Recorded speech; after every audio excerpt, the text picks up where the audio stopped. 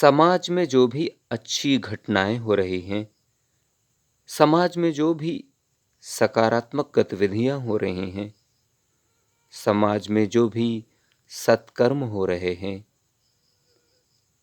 समाज में जो भी सदचरित्रों से ओतप्रोत जीवन जीने की शैलियां चल रही हैं, या फिर सत्य को स्वीकार करके अंगीकृत करने की प्रबल इच्छाएं, न्याय को स्वीकारने, न्याय के आधार पर जीवन को चलाने की प्रबल इच्छाएं, धर्म को धारण करके ईमानदारी के साथ अपने जीवन को चलाने की इच्छाएं, मानवता के सिद्धांतों, विचारों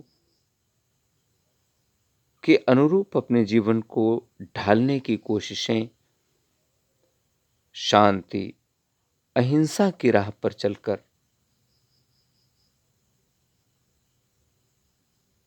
सरलता, निश्चलता, निर्मलता आदि जैसे सद्गुणों से ओतप्रोत जो भी क्रियाकलाप और घटनाएं हो रही हैं, वे सब सद्विचारों के ही परिणाम हैं। सद्विचारों की उत्पत्ति जहां जहां हुई है, वहां वहां ऐसी सकारात्मक घटनाएं, गतिविधियां, क्रियाकलाप हो रहे हैं। युग युगों से ये प्रक्रिया चलती आ रही है, युग युगों तक ये प्रक्रिया चलती रहेगी। वहीं जहां जहां भी नकारात्मकताएं, पाप कर्म, अराजकताएं, असत्य, अधर्म, अन्याय, हिंसा, अशांति, दंगे फसाद आदि दिख रहे हैं, ये सब सद्विचारों से दूर रह जाने के कारण, सद्विचारों को स्वीकार्य न कर पाने के कारण ही, या फिर सकारात्मक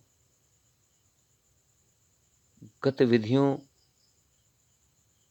के विचारों को अपने जीवन में न उतार पाने के परिणाम हैं। यदि सद्विचारों को अंगीकृत किया गया होता, उनके अनुरूप अपने जीवन को ढाला गया होता, तो इन सकारात्मकताओं की राहों से दूर होकर इनके विपरीत जाने की इच्छाएं नहीं होती। फिर पुण्य की राहों को परित्यजित करके पाप की राहों की ओर बढ़ने की इच्छाएं नहीं जगी होती। और यदि ऐसा हो रहा है, तो निश्चित ही कहीं न कहीं सद्विचारों की कमी है। इसका अर्थ यह भी है कि विचारों के शोधन करने की आवश्यकता है। उन विचारों को शोधित करके सद्विचारों को लाया जा सकता है। और जब तक मन मस्तिष्क को, विचारों को शोधित नहीं किया जाएगा, तब तक जीवन में बदलाव हों ऐसी संभावनाएं ना के बराबर रहेंगी। इसलिए जितना जल्दी अपने विचारों को संतुलित और समन्वित करके, अपने मन मस्तिष्क को शोधित करके आगे बढ़ने की कोशिश की जाए, उतना ही अच्छा और सुंदर होगा।